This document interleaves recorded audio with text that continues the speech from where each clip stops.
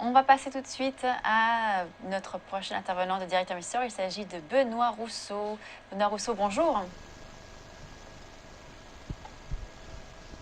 Ah. Alors, Benoît, bonjour. Vous m'entendez? Bonjour Alors, Lucie. on va parler un petit peu des indices ce matin, notamment du CAC 40. On le disait, c'est vrai que c'est un CAC 40 qui se cherche un petit peu et on ne sait pas trop vraiment s'il va y avoir un rebond ou si on va vraiment aller sur une baisse de l'indice. Vous en pensez quoi? Pour le CAC 40, effectivement, c'est l'indice européen qui se cherche, hein, c'est effectivement le bon mot. On ne sait pas trop où il va. Il est là légèrement en dessous de son point pivot. Il est à 4114 le point pivot et à 4118. Il bouge pas beaucoup, hein. Il est ce matin plutôt extrêmement lent, alors que vous avez des indices comme le DAX 30 là, qui lui donne bien aujourd'hui. Il est bourré d'énergie et lui, il n'hésite pas à monter et à continuer à monter, tandis que le CAC 40 est bien timoré. Oui, tout à fait. Donc du coup, vu ce contexte, quelle est votre stratégie sur le CAC 40? Alors ma stratégie sur le CAC 40, j'en ai strictement aucune au jour d'aujourd'hui parce que je trade le DAX 30. Visiblement le CAC 40 n'est pas en forme, donc si éventuellement on a les marchés américains qui se mettent à baisser cet après-midi, il risque lui de descendre très rapidement. Donc éventuellement si on baisse, je serais plutôt acheteur sur le CAC 40 vers les 4060, 4058 vers son support 1 journalier. Parce que si on baisse, lui il risque de baisser beaucoup plus vite que les autres. Mais aujourd'hui, j'ai une optique haussière et notamment avec les futurs américains, le Dow Jones 30 est au-dessus de 16 900 points. On a un S&P 50 qui est quasiment à 1975 points. Donc on a vraiment des signes de hausse.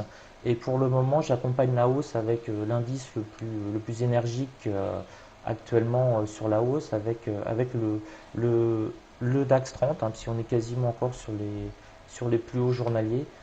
Alors j'ai pu rentrer plutôt bien sur le DAX 30 ce matin à 8 heures pile à l'ouverture des futurs. On a eu une belle flèche montante. Donc là, vous voyez à l'ouverture des futurs. Donc j'ai pu me positionner tout de suite à 8 heures. C'est pas du beau trading, hein, c'est un peu du trading impulsif. J'ai vu une belle mèche verte qui partait à 8 heures. J'ai acheté, hein. Donc c'est un petit peu le sketch des inconnus avec les chasseurs. C'est quoi un bon chasseur? Il voit quelque chose, il tire. Et là, j'ai à peu près ce que j'ai fait en trading. J'avais une optique plutôt haussière. On est parti tout de suite à 8 heures à la hausse.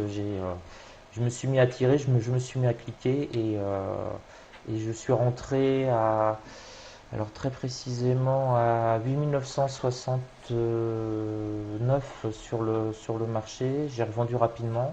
Et là, actuellement, j'ai une position à 8982 D'accord. que j'ai repris à ce niveau-là, sur cette nouvelle flèche. Et là, donc, bah, j'attends que ça, Oui. que ça monte, Alors hein. Donc, justement, ça se passe plutôt bien là, Benoît, oui, actuellement. vous êtes rentré donc pour récapituler à 8982. Là, on compte actuellement 9039. Déjà, vous avez pris quasiment Mm. 50 points de gain sur le DAX. Vous attendez quel niveau pour sortir, Benoît, pour déboucler votre position? Alors, je n'attends strictement aucun niveau pour sortir. Je vais essayer là, je suis à peu près à 50-60 points de gain Hmm. latent. Je vais attendre surtout de voir comment vont agir les États-Unis cet après-midi. On est à 16 900 sur le Dow Jones 30, 1974 sur le S&P. Donc ils peuvent éventuellement, si on repasse la barrière des 17 000 points sur le Dow Jones, on peut s'ouvrir une période haussière assez forte. Donc là, je maintiens mon achat. Dans le pire des cas, je ne gagnerai pas grand-chose. Et dans le meilleur des cas, si les indices américains continuent à monter cet après-midi, s'ils confirment un peu leur plus 0,50, plus 0,60 de pré-market, et étant donné qu'on sent que le DAX 30 a faim, si j'ose dire, au contraire du DAX 30, Là, j'ai un espoir qu'en fin de séance, on puisse monter à 9070, le rêve, ce serait qu'on se stabilise en fin de séance à 9100 points. Et là, en fait, du coup, ce day trading-là, je le conserverai en swing trading. Là, je me dis qu'on a vraiment un potentiel haussier sur le DAX 30. Si cette journée se finit bien et qu'on est au-dessus de 9050, 9070, 9100, on a un potentiel haussier peut-être pour les prochaines 48 heures assez fort. Donc je garderai mes positions D'accord. là-dessus. En fait, Donc vous anticipez. ce qu'on voit, c'est que hier, on n'a pas tenu la hausse hier en fait, hein. Sur les futurs, on a ouvert très haut, hein, tout de suite vers les 9090, 9100 points, et on s'est tout de suite effondré. Et là, finalement, on a un scénario beaucoup plus positif puisqu'on a ouvert très fort aussi avec les futurs de 8h à 9h. Et là, on ne s'est pas du tout effondré, on est encore même plus haut que les cours de 8h à 9h sur futur. Donc c'est un signe quand même pour moi extrêmement positif sur le DAX 30. Et comme j'ai donc là maintenant 45 points d'avance, je suis prêt à les jouer pour essayer d'en faire le double ou le triple. D'accord. Donc si je résume bien, vous êtes très positif sur les indices finalement. Vous pensez que sur le Sur le DAX, DAX 30, plus oui. particulièrement sur le DAX, vous avez raison, puisque ce matin il surperforme l'ensemble des indices, il est en progression de 1,51% actuellement. On pourrait Ouais. revenir. Et il est très en retard par Oui, rapport aux indices. Il est très en retard oui, par tout à rapport fait, aux oui. indices américains. Donc le DAX 30, il nous fera un jour une journée à 3%. Il va nous faire une journée à plus 250, plus 300 points en rattrapage. On est à Oui. 128 points aujourd'hui. Après tout, ça pourrait peut-être être la grande Et journée du c- DAX 30 aujourd'hui. Je et tente le c'est coup. peut-être pour aujourd'hui, alors on ne sait pas, hein, parce qu'il est déjà en progression de 1,5. Il surperforme par exemple le CAC Il a de déjà fait la moitié 1%. du chemin, ouais. Puisque le CAC est à 0,52. Maintenant, si on parle un petit peu des devises, l'euro-dollar par exemple, quelle est votre position là-dessus? Alors pour l'euro-dollar, je suis en attente. Donc là, je vous ai mis l'euro-dollar sur une semaine, hein. Je vous avais dit sur l'euro-dollar, je rentrais en dessous 1,26 à l'achat pour essayer de revendre Hmm. vers 1,27, 1,28.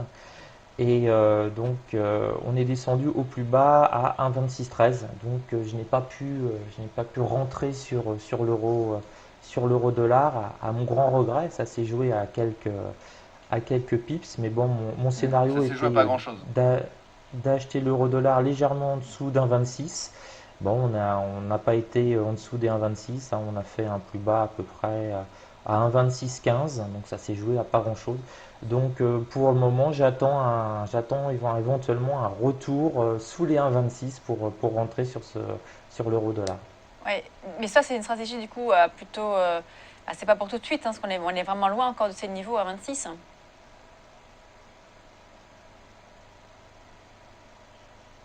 Voilà, pour acheter en dessous 1,26, on est là actuellement légèrement en dessous 1,27.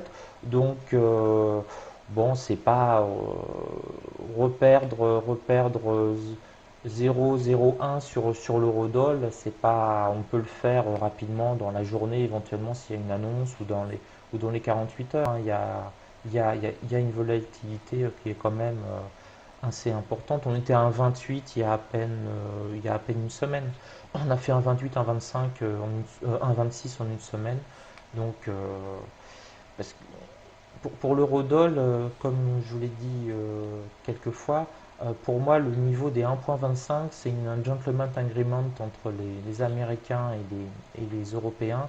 Je ne pense pas qu'un jour on va casser réellement fortement les 1,25, peut-être éventuellement à 24, mais on se stabiliserait sur cette zone à 24, à 26. Donc pour moi, tout achat en dessous de 1,26, ça permet éventuellement de commencer à se constituer une petite ligne sur l'eurodoll que l'on peut garder en long terme, enfin du moins en moyen terme, se faire comme ça un petit 2, 3, 5, 10% de son portefeuille au fur et à mesure, en achetant systématiquement en dessous 1,26. Ça me permet, je pense que c'est une position moyen terme, 6 mois, 1 an, qui peut être intéressante pour l'eurodoll parce que bon, on le reverra vers un 28, un 30 d'ici un an, je pense. Merci beaucoup.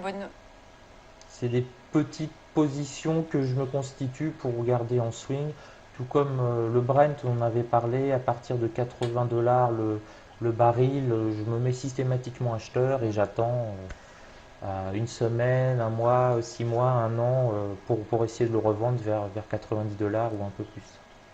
Donc c'est un automatisme aussi que j'ai finalement sur l'euro-dollar. J'achète entre 1,25 et 1,26, j'attends et je revends vers 1,27, 1,28. Merci beaucoup, Benoît Rousseau, fondateur du blog en ligne Les Traders pour compte propre. Merci beaucoup. On va marquer une courte pause et on se retrouve pour la fin du programme de Direct Investisseur. À tout de suite.